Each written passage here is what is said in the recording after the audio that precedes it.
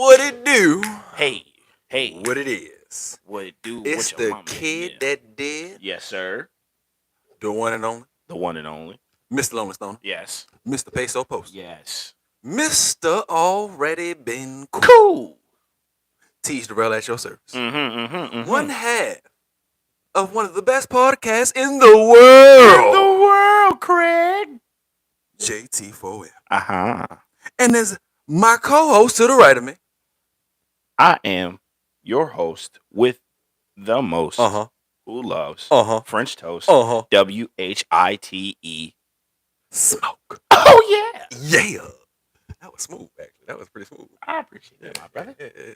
I like that. How everybody doing? How everybody doing? Hope everybody feeling good. It's a beautiful Wednesday. Hope y'all having a beautiful week. Hope you dried your kneecaps because it was sweaty as shit outside. Don't mind the hoodie. He got the AC on. Hope your spirits is up. Hope you're feeling good, man. And let's have a good day, man. Let's have some good discussions, some good talks, and see what's going on. What you got for me first? You want to hit me first? What you got for me? So I got a request from the comments the other day by one of our own kin of culture, Akiana. Y'all shout out to the Porch Light Culture. Porch Light. She's asking, what is one, as far as us as a melanated folks, what is one of the things that you good at and you wish you weren't good at? Like code switching, hiding mental health issues, laughing through trauma, all the coping mechanisms. Like, what is one of the ones that you feel is you're so good at it that is so like second nature, but you wish it wasn't like that? And that's just not for you or me, but for all of us as a people that we've seen in us just growing up. Mine would be making jokes. Laughing through trauma? Making jokes and laughing, but like trying to be positive about the whole situation sometimes too much and not talk about the situation. Yeah. I definitely would say the same on my part. I fall victim to that very, very often just because of how positive I am. Yeah. So when that shit do happen and then something hit me, it's like, all right, well, as long as I stay positive, I'll be all right. But no, sometimes I be really needing to talk to somebody and I just don't. Yeah. And that shit that's built up over the years because I've done that probably since high school. Mm-hmm. First, you probably do it just out of being shy and being in nervous situations and stuff like that. You're trying to meet new people, so you making jokes just to try to fit in and stuff. That shit start carrying on, bro. Yeah. It builds with you because you start now. That's what you start going to the minute you get uncomfortable. Mm-hmm. Yeah, always. Yeah, like cutting attention with a joke. Yeah. Yeah, I definitely am a victim of that myself. Another thing is definitely like hiding mental health issues. That's definitely one that I see is probably the most prevalent, not just for myself, but for a lot of people I know. Because it's because you got to think because I've been around people that have had mental health issues for a good amount of time, I can now spot them in other people. And you can tell when a person doesn't know that they have it or a person that has suppressed it for so long that if you bring it up, it might cause a problem. Yeah. So I have a problem. That's me. Yeah, no, I have an issue with internalizing a lot of shit that happened to where it's like there are times where I'm at peace or there's times where shit's good and that bitch hit me. Mine be like, excuse me. Mine be more like a frustration sometimes. Yeah. But more so, it's like when it comes to family. Mm-hmm. Because it be certain members of my family. I don't want to single nobody out. But certain members of my family, I'll be like, I'll intentionally call them, check up on them, let them say what they need to say first. Yeah. And then I try to elaborate on what I got going on or what I'm going through. Yeah. And 9.5 times out of 10, I usually get cut off and we start talking about something totally different, or the conversation versus back to them and what they got going on. Somehow. Yeah. And at that point, I just be like, all right, well, I guess the conversation over at that point. Once y'all finish, I don't got nothing else to say. Yeah. I don't even want to have the energy to try to talk to you again if I'm going to get the same type of response. Because now, at that point, I feel like you belittling me a little bit. Yeah. You feel me? Or you just don't give a fuck. And Yeah. I don't want to carry that emotion because majority of the time it's not that with that person. Yeah.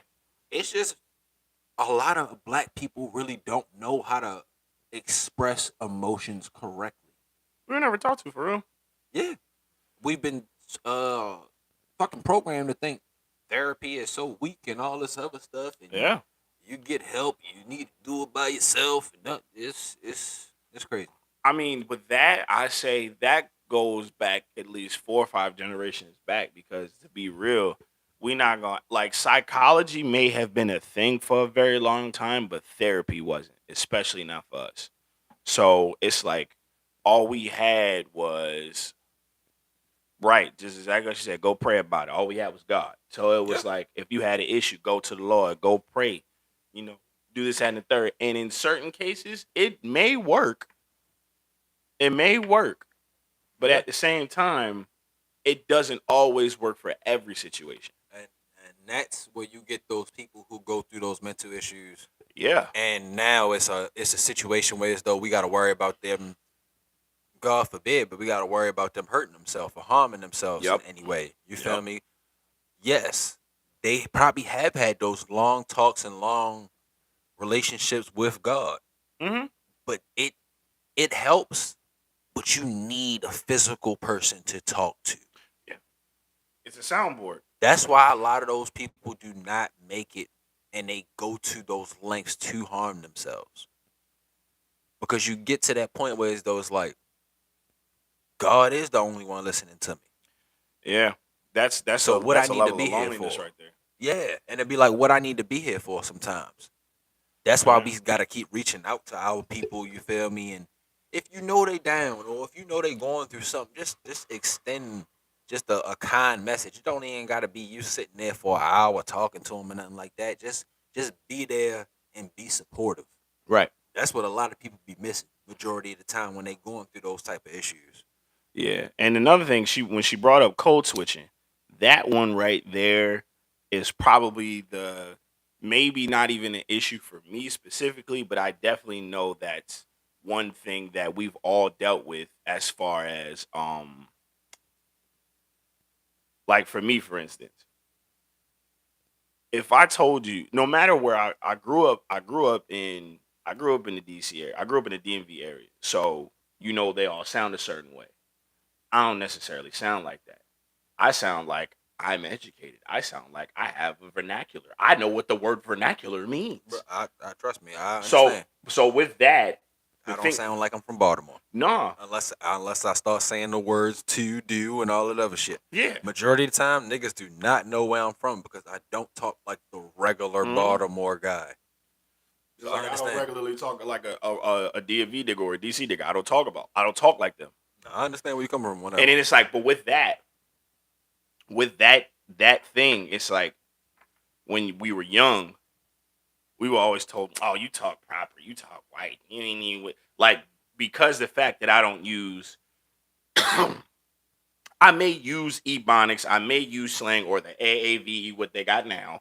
I do use that, but the problem is because I have an extensive vocabulary than the average person with a 3rd grade, 4th grade, 5th grade reading level type situation. They say now that that determines how black I am. Yeah.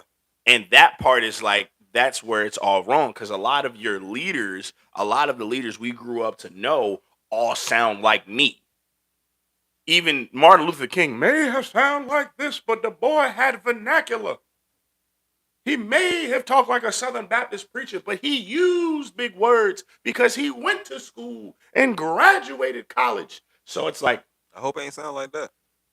Kind of a little bit. I just can't do it because I'm not Southern like that. Yeah, you sound like you about to have a cape on, nigga. I should. My name is Super Nigga. Like, but no. But the thing is, a lot of our leaders were educated, even whether, with Malcolm, he got his education in prison, but Martin Martin Luther King went to Morehouse. Frederick Douglass learned how to read and write. Marcus Garvey. A lot of our heroes that we consider were all educated. So for the fact that you have those that aren't telling us we're not that black, when in turn, if you really want to be technical, they're not that black because they're not educated. If anything, you disrespecting the culture. All right, devil's advocate though. Gotcha. Majority of the time, a lot of those people do not sound the same around other black people behind closed doors. Exactly. So you're absolutely right. So a lot of our leaders, they were code switching as well, low key, because they were putting on I don't want to say a front, but they had to be something more than the everyday black person. Yeah, of course. To convey that message. And the reason because of that is because they did public speaking. And it's like, if you really look at any public speaker, anybody that stood in front of 20, 30, 40, 50 people, in order to get your message out, sometimes you have to use big words or you can't use slang, depending on if you're trying to take this entire movement. Yeah, depending on your audience. Yeah, depending on your audience. So it's like, if that's no different than a comedian. Like, certain comedians that have a hard Southern accent will probably push off more in the East Coast because it sounds different. They try to hard to understand, but it sound funny. Yeah, they ain't gonna go so well over West. Right. Sound crazy. Yeah, it sound weird, but a dude over West might sound awesome to a person in the South. But I ain't gonna lie, that's a great point, because even like a lot of West Coast comedians are not as funny to me. It's a lot of like, and I'm not talking about the solidified one. I'm talking about like a lot of the mid tier, low tier, the new dudes that came in. Not even new, just mid tier, the ones that's kind of been in that same little breath for a while, but they got a name on the West Coast, and you see them on YouTube and stuff like that. Yeah, I got you. Sitting there trying to go through it and be like, yeah, it looks like it's funny. It has 300,000 views. Let me see what's going on. You watch a whole 17 minutes of chuckles. Yeah, like nothing but just. mm-hmm. See. Mm-hmm. They get that quiet just again. And now you got to try to fill in with another joke. Or no. That joke ain't funny neither. Or no, you know what I think was worse than a chuckle? When somebody go, like. You can't even hear that motherfucker. Yeah, I'm like, it wasn't even funny. Don't even show me that. Damn. If I'm on stage and somebody do that and they trying to make it be motherfucker, don't even laugh. Now I gotta point you out. Now, in a good way, that might be good for crowd work, because then you might get the crowd. Yeah, you get the crowd jumping off that. I spend that motherfucker, but West Coast motherfuckers don't do that. And then they like when you did you watch the Kevin Hart shit? The competition? Funny as fuck, yeah. Yeah. A lot of those West Coast motherfuckers did not want to do the roasting and all of that other stuff. They don't got that dog in them. You know why? Because it's like roasting. I honestly assume roasting in the West Coast turns into a fade. I feel like I could culturally assume that any roasting at some point turns into a fade, and not everybody got that fade in them. I feel you. that's just my personal opinion. But we talking about all ethnicities. But we ain't just talking about just black people in this. But you understand the West Coast period. Like, all the motherfuckers ain't going for fades. Yes, they are. No, I mean I say a good majority. If you in the hood, you is. All of them ain't going for fades, bro. Yeah.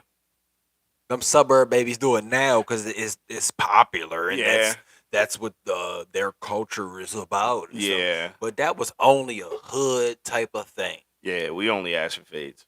Yeah, that's only a hood. Like real thing. shit, we only ask for fades. That's what I said. That get down, nigga. It's just really like we can get down, nigga. Motherfuckers be talking about they self so much, and you don't got no jokes about nothing else in life. That's what it be. You know why though? Because I honestly, to be real, I blame Kevin Hart for that. Or his type of comedic style. Because I don't. No. The reason why I say that is because he's the one that made it popular about like, okay, you don't necessarily have to be like create a funny story like how Richard Pryor and people of the past used to do, or you don't necessarily have to do crowd work like Matt Rife and them. But it's like if Kevin Hart could like seriously start off talking about some, hey, I'm a little ass nigga. Like I'm not scary. I can't stand this. Like, oh, my dad did this one time and it was a crazy ass story. Like, no different than how we would describe shit in the hood. Like, or we describe shit with that's Eddie Murphy and them too. In a way, but if you ever watch Delirious or Raw, no, yeah, if you ever watch Delirious or Raw, they had like, especially like Richard Pryor, he had like stories, or like comedians like Wild Man Steve and Red Fox, they would do like stories or those storyline, those storytelling type jokes. Like the punchline is like it all ends with a punchline. So, but even though Eddie Murphy and Richard Pryor and those guys did talk about their lives and talk about their parents and shit like that, they also had storyline type jokes, or they also had like they had storyline current event, and then they talk about themselves. I'm just not gonna give Kevin Hart the popularization of that one. Okay, Yeah, that's fair. That's fair. That's the only reason. That's the only argument. I'll say I would say now, like since he's been out. Do you think that's the reason he got popular? Yes, I don't. What do you think? Why do you think he got popular? I don't think it was just because of what he was talking about. I just think the jokes was funny as fuck at first, and then you got to a point where the movies became better than stand-ups. Yeah, that's true. I think I just think it kind of just transferred over. All right, if you saying okay, so when you say in the beginning of him being funny, like his jokes are funny, which one? First three. So we talk. I'm a grown little man. First three. Seriously, was it grown little man seriously funny and laughing at my pain? I guess so. I don't even remember the names at this point because I haven't watched them in so long. But I just remember the first three were the funniest ones, and then after that, it was like, eh. I can't lie. There's one after those three. The one stand up I do like to go back to a lot, and it really makes me laugh, is Irresponsible. That's pretty good. Because it was like the gun compartment one is my favorite joint. No, like that was pretty good. And then, but it was too many dry spots. Yeah. You're right. But that I believe so. But that's why I said anything of like the first three, I'm laughing the whole way through. Me too. I agree. I'm laughing the whole way through. But also, that's why I said after that is when the movies took off. Yeah. And I just think but even the with the sponsorships and all that other shit, it kind of like watered down his material. Yeah, it wasn't that no more, bro. Yeah. It wasn't that no more. I can see that. Because he became more of a businessman and less of a comedian. That was his defense mechanism. Yeah. There we go. Yeah. I get that. Got like wrap that motherfucker around. Wow. She said the only movie I liked with Kevin Hart was Paper Soldiers. Damn. That was his first movie. I don't even. The only movie that you like is Paper Soldiers. She don't like Soul Plane. She don't like. Soul Plane was good to me. I know a lot of people say it was ass, but I'll say this: this is one of those movies where it was like you could tell he just got some money for this joint. Like he didn't get any money though. Like I'm saying, like he didn't get paid for that for real. Looking at it now,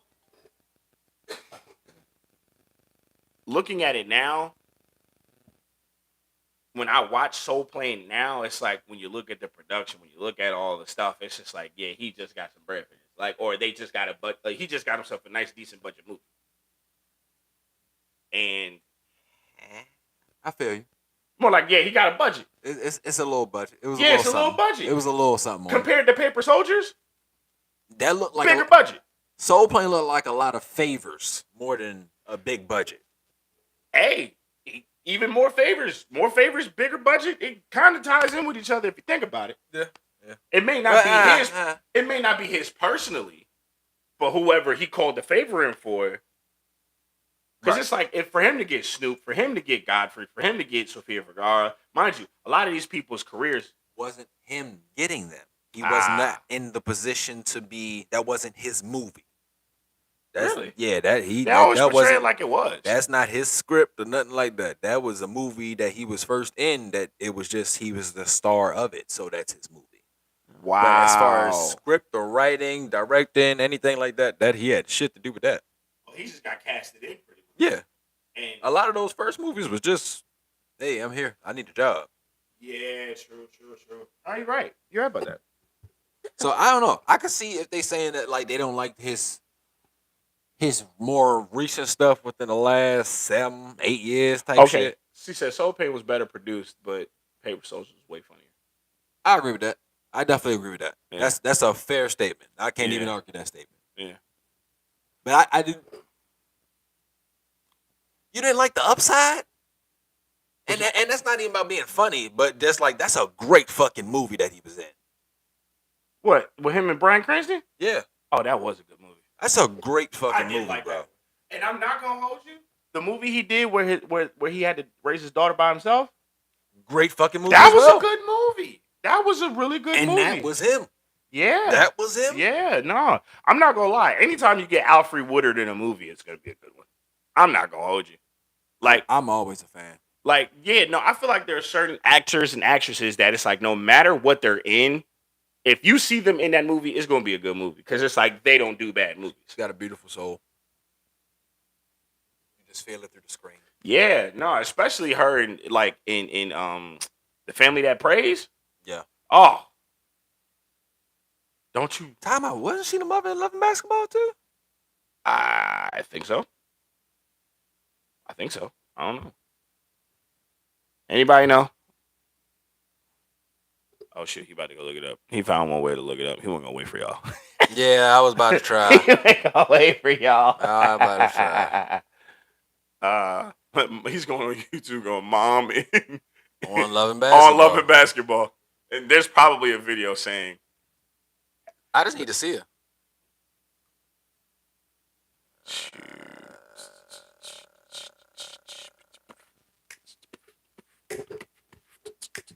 We gonna take a quick beatbox break. He's looking up if she was in the chart and you didn't know. That was the point. Yep. Yep. I figured that. I knew I wasn't tripping. All right, so we got it. I ain't gonna lie, they try to have Sanaa Lathan have Angela Bassett arms. She's strong either way. I ain't gonna lie. Nah, I ain't gonna hold you. You see Sanaa hands? Yeah. Sanaa could smack the fire out of motherfucker. She probably did play basketball at some point. Sanaa Lathan was definitely smacking bitches in high school. I know that for sure. Hey, you see the wait. I got a question. You see the mittens on that woman? Oh wait, no, I got a question though. You think she was like straight open or she was closing the fingers? Straight open, like she was cupping their face. What? Palm. Dust the makeup off a bitch face.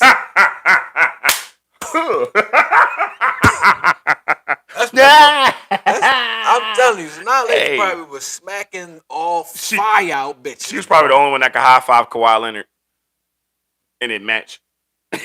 I ain't saying her hands that big. She the claw. She's a lady claw. I about to say I love Sanaa. She a lady claw. I still love her, but she just got some motherfucking mittens on her. That's all. Motherfucking gloves. She said she wouldn't win against Nia Long. Who you telling? You think that's what you think? I ain't gonna lie. Nia Long was about to fight Debo, so Nia Long gonna get her ass slapped too. I don't know. Them little ass fists. In a movie together. Them little ass fists is not gonna work. I don't know, but I ain't gonna lie. I don't put Nia in that fucking headlock and that pixie with that pixie cut, and she just gonna smother and give her fucking noogie. I think that's what you want. Why would I want to see her give her a noogie? No, I thought you wanted a noogie from Sanaa Lathan. Fuck no. I don't like no noogies. That shit hurt. What's up with this guy? I just wanted to say something to throw him off. What's up with this guy? Fucking noogie master. Noogie master. Nah, man, that's why it's my favorite dance move. Look. Bitch ass nigga. And when I be comedically fighting, that's how I fight. What you want, son? What you want, son? I'm already noogieing you already.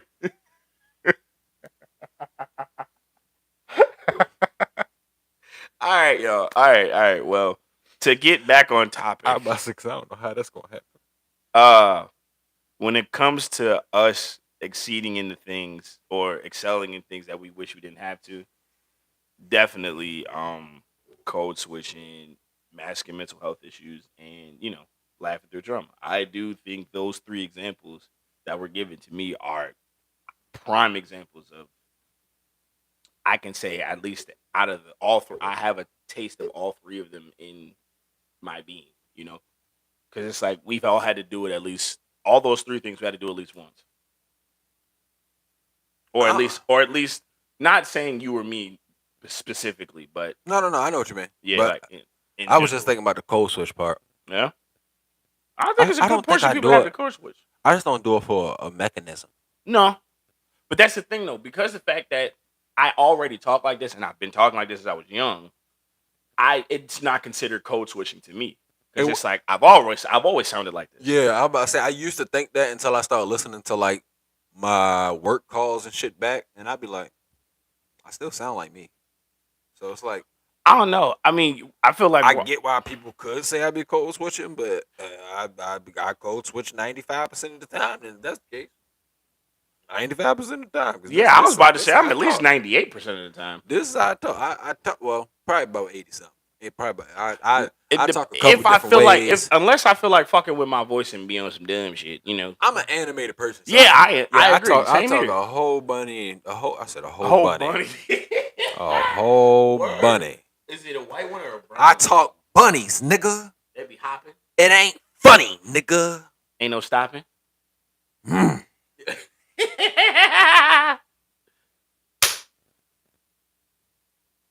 to the top. I ain't gonna lie, like I'm a little intimidated by that fade face.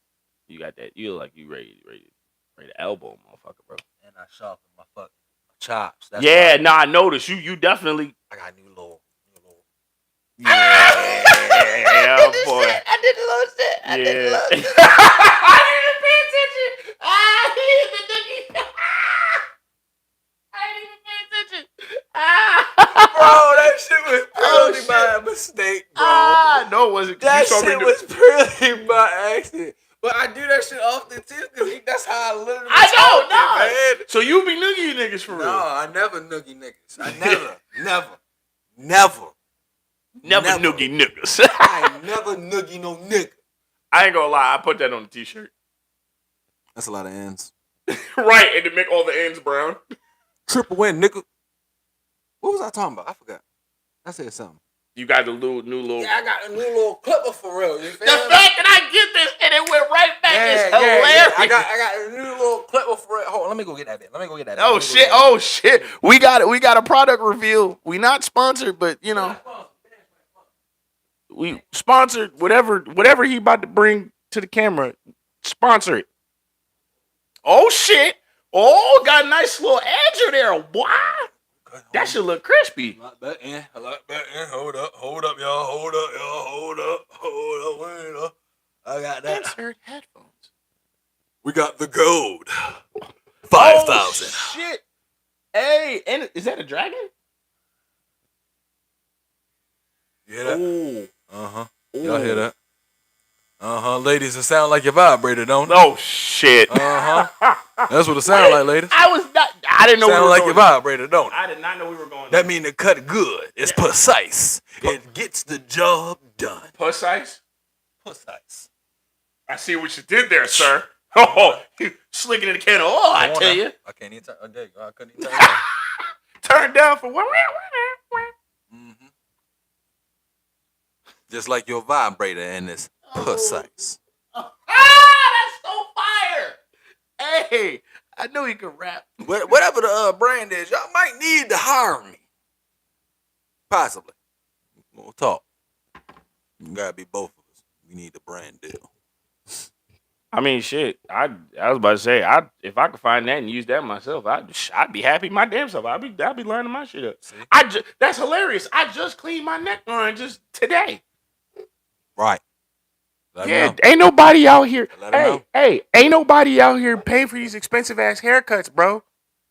Y'all wildin'. And some of y'all not even that nice with the edge ups. Facts. Can't even blend the fucking fade. What do you do? No, I'm not spending no $45 for no B+ cut, nigga. No. 65. You where? Across the street. Hell no. Nope. I much rather get clippers and an edger and pray. Majority of the places. That I have a sturdy enough hand to straighten this bitch out. I ain't gonna lie. Majority of the places be like that. And that's not right. They want you to put half down. Yeah, they're asking Bitch, am I getting my hair braided? I'm just trying to get a cut. No, I gotta put a deposit down. You want a down payment? Yeah, put down payment on me. You leasing hairlines now, bro? No. I'm not about to put down a $20 2-year warranty on a fucking haircut. Say yeah, Half. I'm not being treated like animal. What the fuck? Hey, man. I don't want. No, I'm not. I'm not paying the $5. You gonna look like an animal. I'm not paying the $5. You gonna look just like an animal. Shit, I'll be Wolfie. That's exactly what's gonna happen. I'll be hella Wolfie. I already called myself White Smoke Wolf, nigga. I'm cool. I'll scruff McGruff all in this bitch. I don't care. Look like a nice mountain man. What? Nigga, I look like I chopped wood out this motherfucker. What? Boy, Paul Bunyan ain't got shit on me. Hey, yo.